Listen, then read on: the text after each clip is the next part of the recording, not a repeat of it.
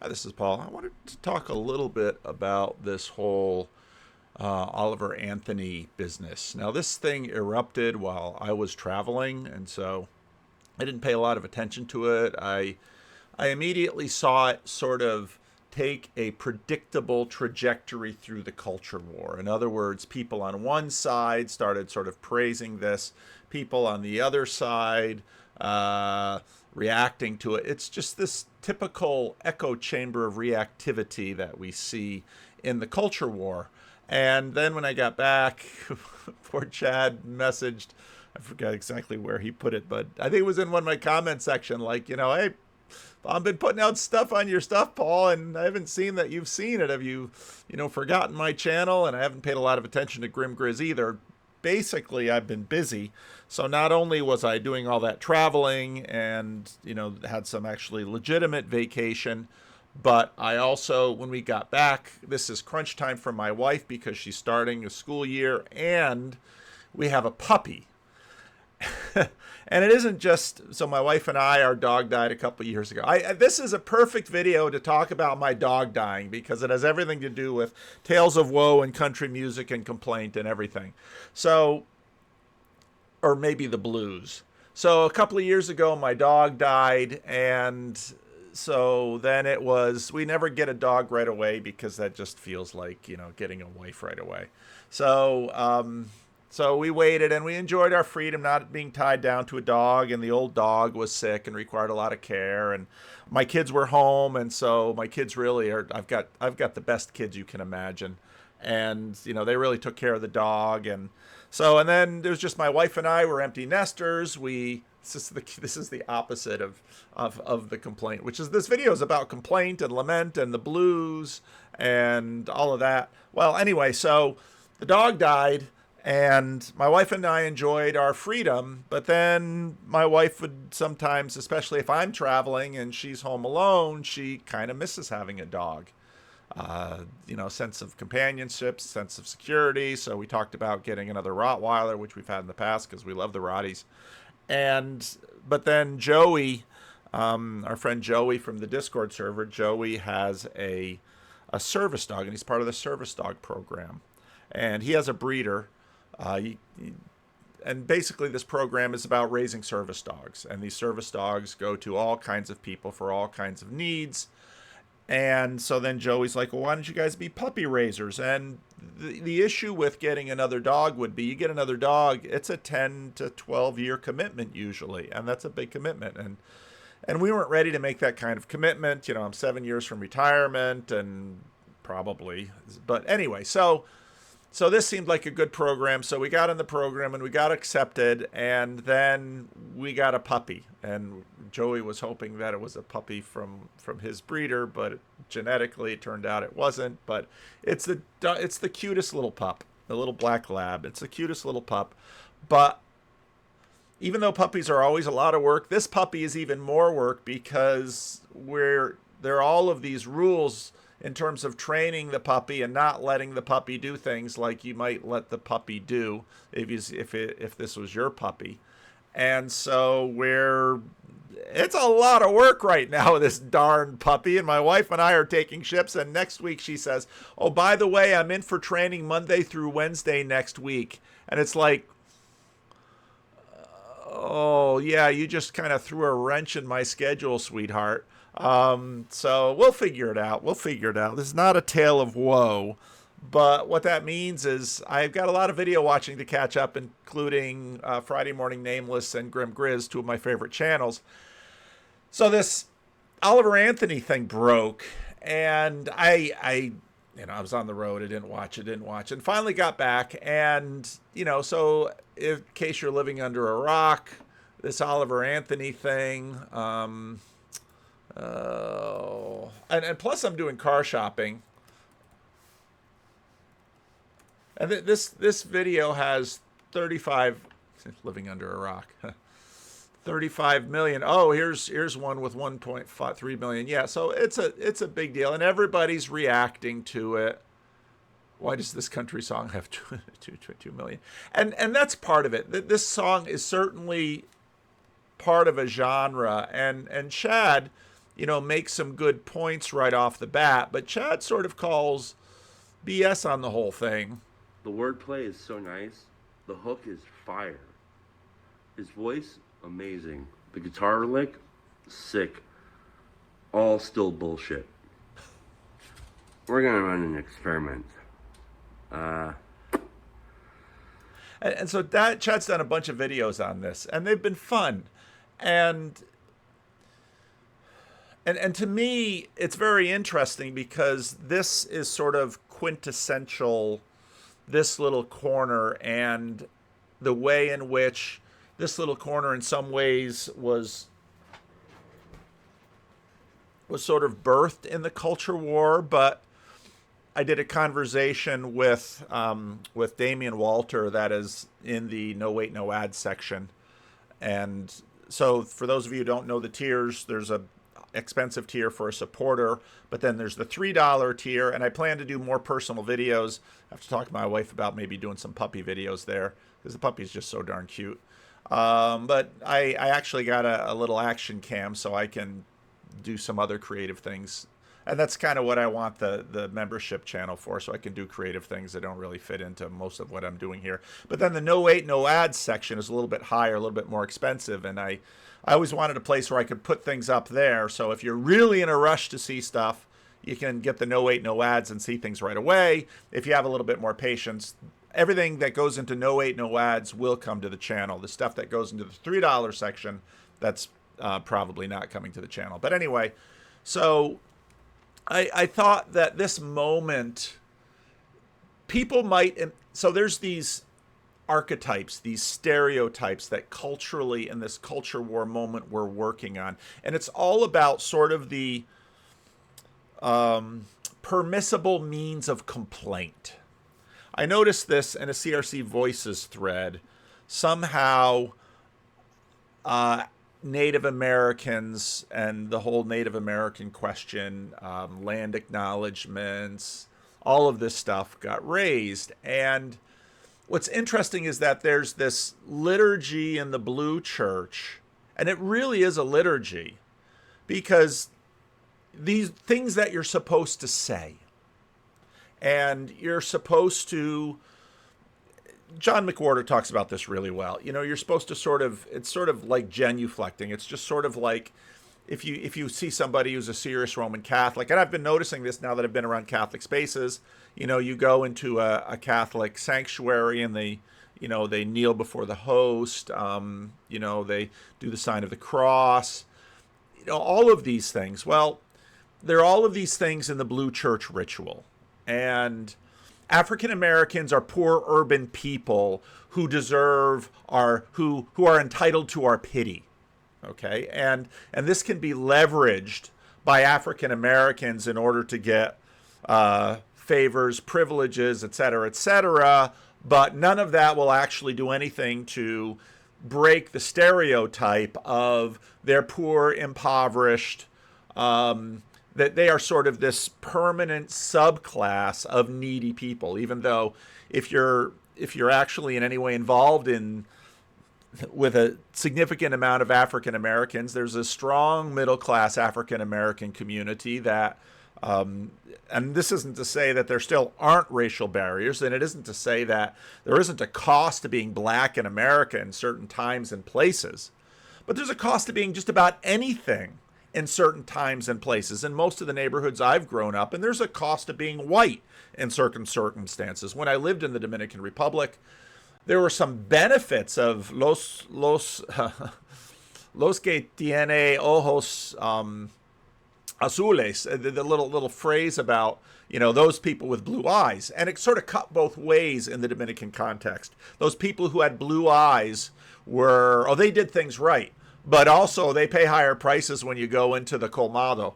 And yeah, they might be able to kind of get away with not having to pay the soldier or the cop flagging you down on the side of the road looking for a bribe. But they also sometimes, if there's a traffic accident, they're guilty until really bribed innocent. I mean, you have all of these nuances, all of this complexity with racial matters, with class matters, with cultural matters, So in talking to Damian Walter, he said, in a lot of ways the culture war is about class, and I think he's right about that. It's about class. And so here you have a white man basically singing a song of complaint. It's a country music song. It's a complaint. It's a lament. It's the blues. It's all of these things. And so one, at least in this little corner, everybody knows who Chad the Alcoholic is, or at least a lot of people do. He's wearing, of course, his lucha libre mask, and he's a working class guy. You can also often bump into him doing his tile work. He identifies as an alcoholic, so this is a struggle he's had to get over. You can find his story in various places, including his own channel. And the way the script goes, one might imagine that Chad the Alcoholic would sort of bend the knee to this liturgy of complaint. But instead, Chad the Alcoholic basically takes the Jordan Peterson route and says, but you know what? You can really get stuck in that self-pity, and it won't do you any good. You're going to have to buck up, bucko, and you're going to have to take control of your life. You're going to have to get it in order. And then he has this other little video where, let me see if I can find it. So he's got this video where he has his own song, and it goes back and forth. So then he's got this video where he's riffing on my video. He's got this great 1950s video of, this is so crazy. This really beautiful woman who's given some LSD, and, she's seeing the colors and they're going through her, and can you see it? But, in the early part of the video, he's got an audiobook in there that he's playing, and then he's talking about affluence. And that's the funny thing about all of this complaint, that it's all situated. So is it true that there's a cost to being African American in the United States today? Absolutely. And if you live among African Americans, if you're with them a lot, if they're transparent and honest with you, there are places that they get nervous about going to because it's very white. And that's still a reality in America today. And is that unjust? Yeah. But you know what? If you're a ginger like this and you got a big red beard, there are places you're going to feel uncomfortable going there too. Yeah, that's right. In California, everybody pays attention to, say, the homeless in the California cities, in San Francisco and Los Angeles and Sacramento. Everybody pays attention to that homeless plight. They might pay attention to the plight of the migrant workers, who they have a difficult time. But there are a lot of poor white Californians who live in very rural areas, and they're some of the poorest people in the state. They get almost no attention. In fact, often they get condescension and scorn because they tend to be Republican voters, and when you drive through their communities, they got a lot of Trump signs and they love Trump, and so they get nothing but scorn. And it's like, well, what happened to all of this, generosity and will that you're showing to people who are burdened by ethnic injustice and things like that? But what about the white people who are struggling? And this is an old story in America. And it's also an old story in humanity, that, in fact, suffering comes in many different ways and many different sizes. And in fact, in almost every way, it comes to all of us. And there's a whole bunch of these enduring realities, such as if you live in America, whether you're black, white, immigrant, Asian, you're likely going to have a far better life than if you live in another place in the world.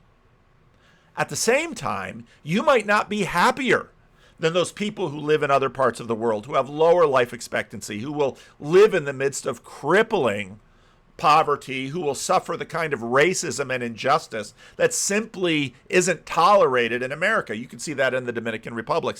Haitians in the Dominican Republic suffered, tremendous discrimination against them. I would see that daily. Now, Americans coming down would say, well, maybe a Haitian's a little darker than a Dominican, but they know the differences. And I would often find that Dominicans would struggle to minister to Haitians, but Puerto Ricans could come over. But Puerto Ricans and Dominicans sometimes didn't get along. And so there are all of these levels. And so on one hand, This is simply this is a blues song. This is a country music song. This is someone singing their tale of woe. So on that level, you can say, yeah, and you can find lots of people doing it. Now, what's funny is that this culture of lament, this culture of complaint, if you're rich, you can get to participate in it too. And you can do it maybe by taking on a different sort of identity. It can be a gender identity. It can be a story of, let's say, growing up in a broken home. It can have to do with alcohol and drugs. In one of the Jordan Peterson commentaries, I made this list from Slate Star Codex about, how bad is it? And, well, yeah, it can be really bad, even for a lot of very wealthy people. And so we have, first world problems and all of this. And, there's lots going on. And it's just basically a function of the experience of living that you will find hardship. You will find suffering, even if you're Paris Hilton. At some point, that poor woman is going to, and Kim Kardashian, they're going to wake up and they're going to be old. And they've spent all of their life being young and beautiful. And they're really going to have to do some work, the kind of work that Chad the alcoholic is talking about here, if they want to not just be sort of old and thrown away, but if they want to do the maiden, mother, matriarch transformations that go. And men have the same kind of transformations they need to go. And so, on one hand, it's legitimate to be a white guy struggling. And right now, compared to, let's say, if you were an automobile worker or, yes, in the 1950s and 60s, in some ways, for some groups of people, was a much better time.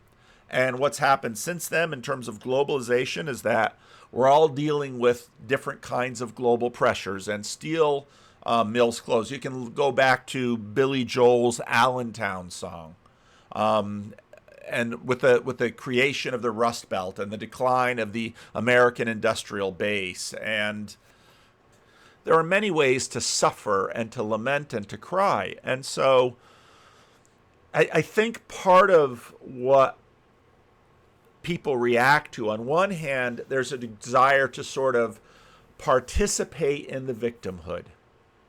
And I see this on both the right and the left of the culture war.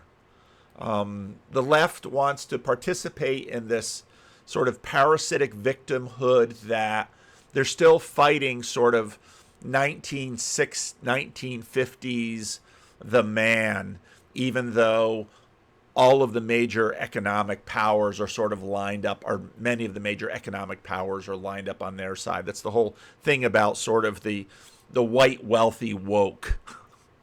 They're all participating in this culture of lament, and John Lennon singing Imagine, and so you have that whole side. And then you have the other classes side of the country music song with, my dog died and my wife left and my pickup truck died, and working is hard. And it's true, working is hard. But life has always been hard. And if, in fact, you can sort of judge, in many respects, our lives are so much easier than they used to be. And if you live in America, you have such an advantage. And even though that doesn't mean America won't do you wrong. It doesn't mean you won't have to deal with Agent Orange if you went over to Vietnam, or for one reason or another, something hasn't worked out right. And yeah, I think, American workers are in competition with workers from all over the world. And immigration has a piece of that. It's amazing. And the immigration issue is one of these issues that the more you look into it, the far more complex it gets, because one of the things that's happened in a place like California is that, a lot of open immigration has really hurt African American communities, because African American communities were working a lot of that service industry and labor industry. But at the same time, those challenges force communities to sort of level up. And that sort of gets back to Chad's point that, you know what?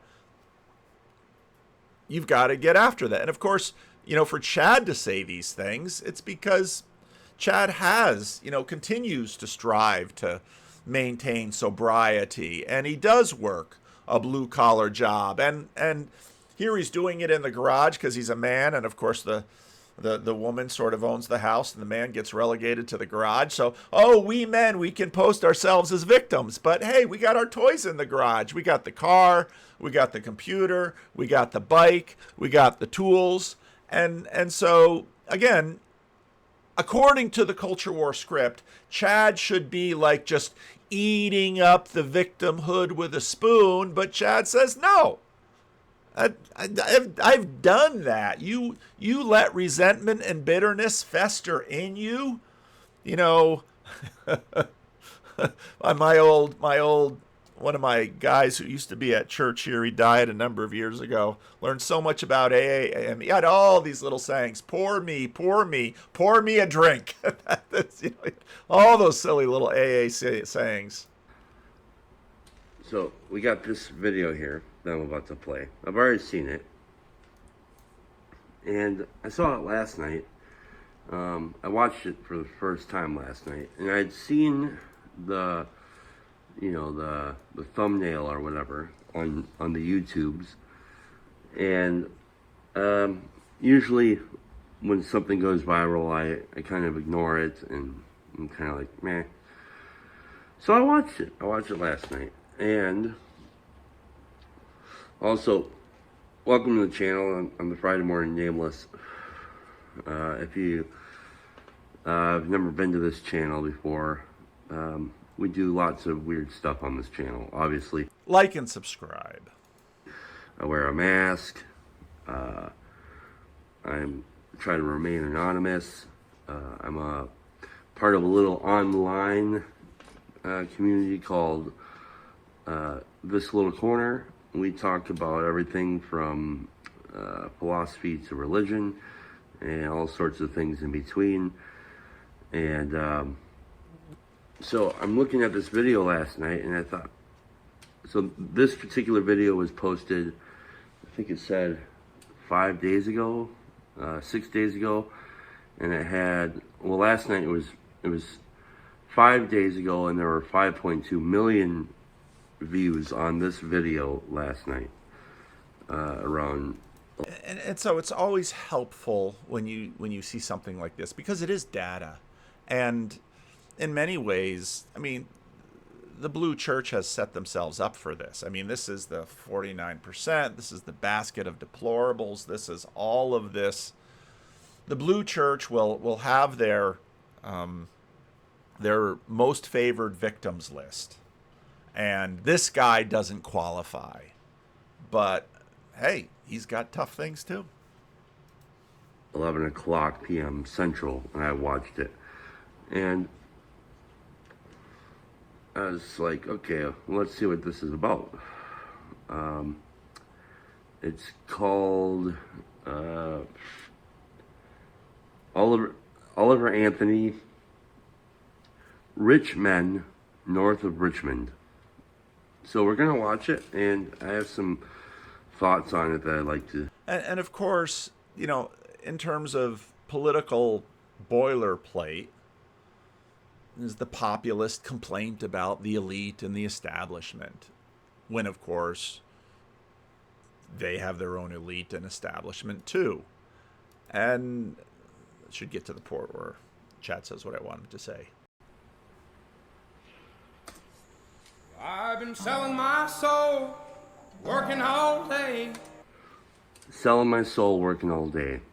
There's your number one problem. Why'd you sell your soul? Good question. Overtime hours for bullshit pay. There's your second problem. Overtime hours of bullshit pay. You're selling your soul, working all day, overtime hours, bullshit pay. Get a different job. There are lots and lots and lots of jobs out there. So I can sit out here and waste my life away. So you can sit out here and waste your life away. I don't understand. I don't understand the,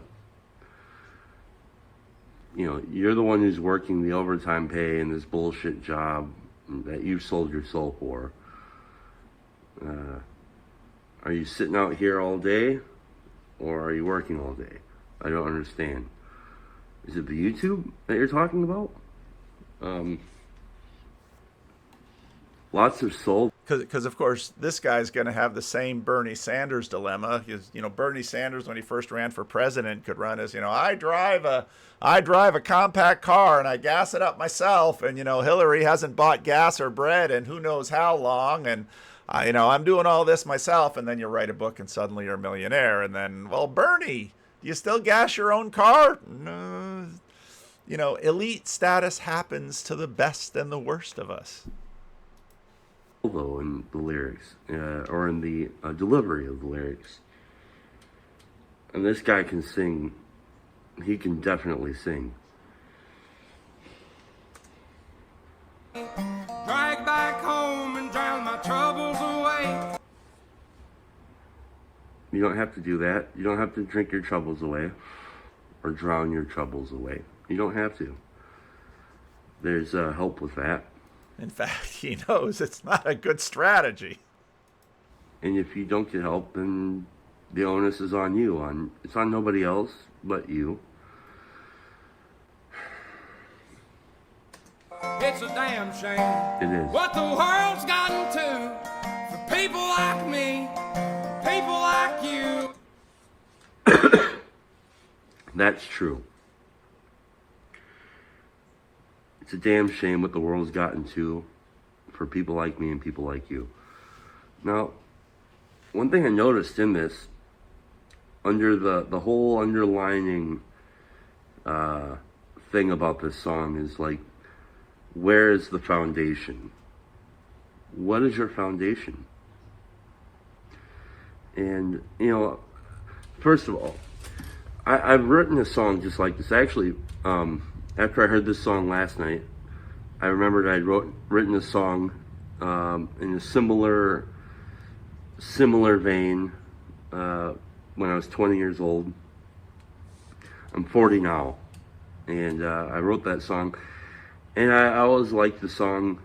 I used to perform it a lot better. I don't sing worth a shit no more, and I don't really play anymore. But I thought, fuck it, I'll record it and put it on my YouTube so I can explain this thing that I'm about to do here.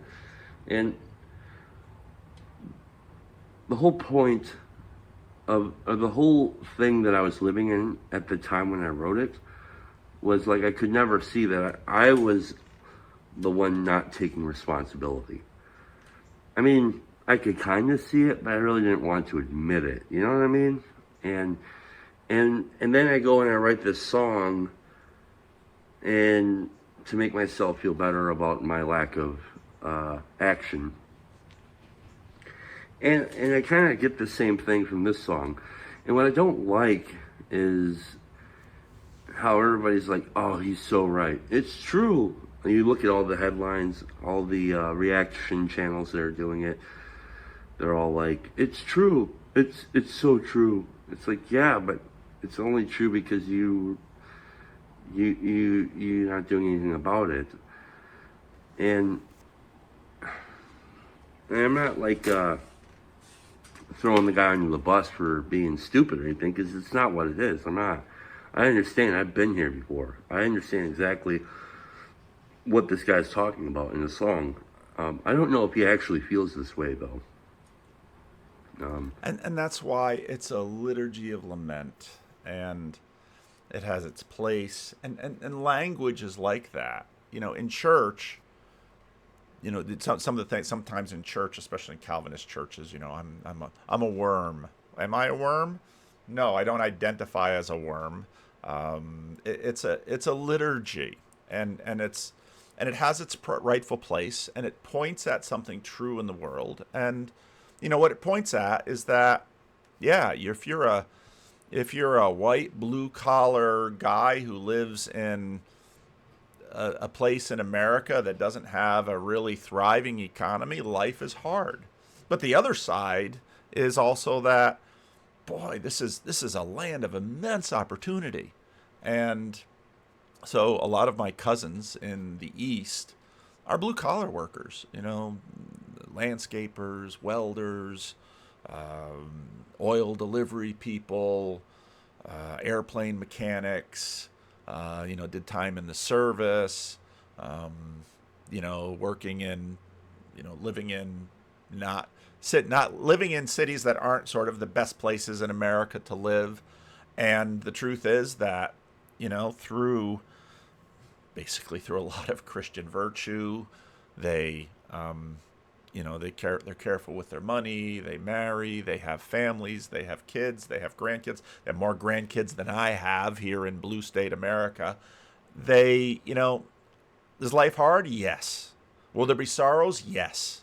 Will cancer come? Yes. Will as you age, will you lose your faculties? The age of decay takes everything away from you. Yes. Are there people who have so much more handed to them on a silver platter? Yes. Will even that be taken away from them? Yes. This is life. And so, now I really appreciated Chad making this video, and I'll leave a link to it down below. And, definitely like and subscribe to Chad's channel. And Chad, like so many things in this little corner, so I probably going to do a conversation with a YouTuber that's in no ways connected with any of this stuff at some point. We talked about that during my travel. And, he's a successful YouTuber. And he's a successful YouTuber because, he does, click, click, click, click, click, fast moving things. I'm sure Ben Shapiro has weighed in on this thing. Oh yeah, here's, everybody weighing in on this thing, Daily Wire's all over it. And, Ben Shapiro. Time for some things I like and then some things that I hate. So last week I suggested that Kari Lake would be a bad candidate for Senate in Arizona. And I hold by. Which one of you? Viral. True, but it is.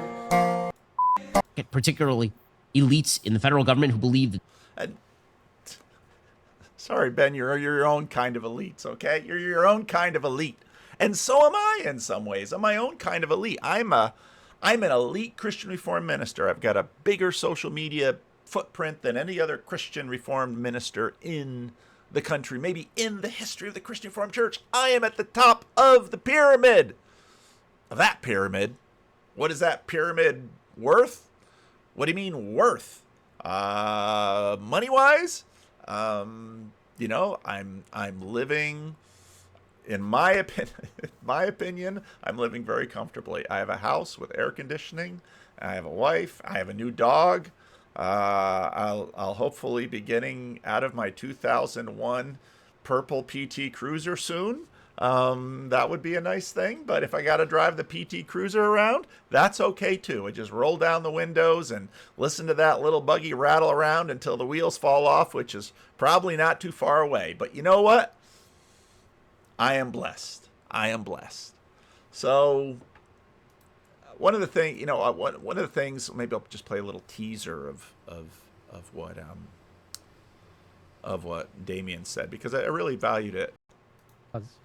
For a while I've been calling the culture war the culture chaos, because we took all of the cultures and just threw them into a big digital online dish and mixed them all up. So you can go on YouTube and learn about postmodernism and then the ancient desert fathers of Christianity within the same 10-minute gap, and you hear all of the deep secrets of the universe, all of these philosophies over time that have been bred.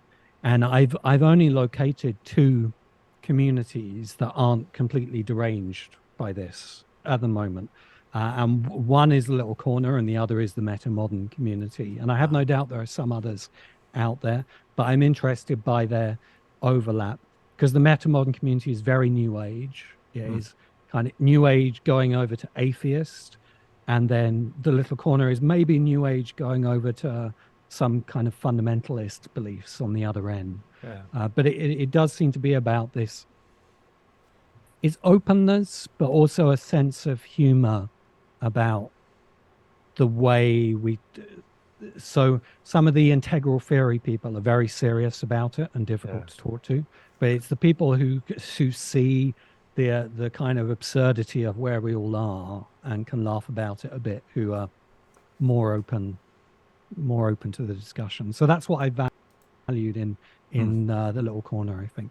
Thank So, yeah, I think he really nailed it, and I think Chad. We had our little campaign. Besides the denim wars, I'm not wearing denim today. I don't wear denim in the summer because Sacramento's so dang hot in the summer, and I'm not a never nude, so I'm not wearing cutoffs. So yeah, no denim in the summer. I hope I'm not undermining our position in the denim wars, but Chad for Pope, and in a lot of ways, Chad is a good Pope of this little corner. And with his Lucha Libre mask and his songs and his crazy channel and his, one of the things he really nailed was, I don't know, Chad's not monetized, but let me see, I'll find it. Another great video that Chad posted on this. Our next act is our very own singing waitress, Lurlene. So I'm afraid drink service will stop for just a few moments. And so Homer's here sipping in the bar, and Merlene is, and Chad does this great job sort of cutting and pasting these things together. I'm a little different. It's a song I wrote while I was mopping up your dried blood and tea. I've been selling my soul, working all day, overtime hours for bullshit pay, so I can sit out here and waste my life away, drag back home and drown my troubles away. You work all day for some old man, sweat and break your back. Yeah. Then you go home to your castle, but your queen won't cut you slack. God, if you're 5'3" and you're 300 pounds, taxes ought not to pay for your bags of fudge rounds. That's true. That's why you're losing all your hair. That's why you're overweight. That's why you flipped your pickup truck right off the interstate. That's right. Except for the pickup truck. So, and Chad does this kind of thing, as does Grip Grizz, and for me, that's these guys, not the elites like me. These guys are the beating heart of the corner. Once you that's just my opinion. And so to listen to, again, the privilege here, and this is what I've always thought YouTube was really for too. I mean, YouTube to make a lot of money, YouTube to gain status, YouTube to get on that status rocket and have that status rocket ride. Now YouTube is for people like Chad to look at this song, and the whole cultural liturgy says, oh, Chad should be right up there with him singing. Join us for Campfire Songs at the Chino Conference Campout, where we will sing classics about questing for a spiritual home, like This Land Is Your Land, This Land Is My Land, from California to the New York Island, and hobo-related songs, like Hobo's Lullaby. Go to sleep, you weary hobo. Let the town go drifting by. Listen to the steel rails a-humming. That's a hobo's lullaby. And up. No, not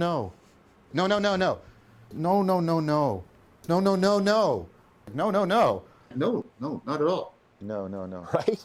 No. I mean, nobody sort of worries about the epistemic status of knowing. No. I'm gonna have a look at you. And there we are. And that is us. So, Chad, be not dismayed when I go on a trip and get behind in the Friday morning nameless or the Grim Grizz show, be not dismayed. Be not dismayed, my friend. You just keep doing what you're doing, and God bless you.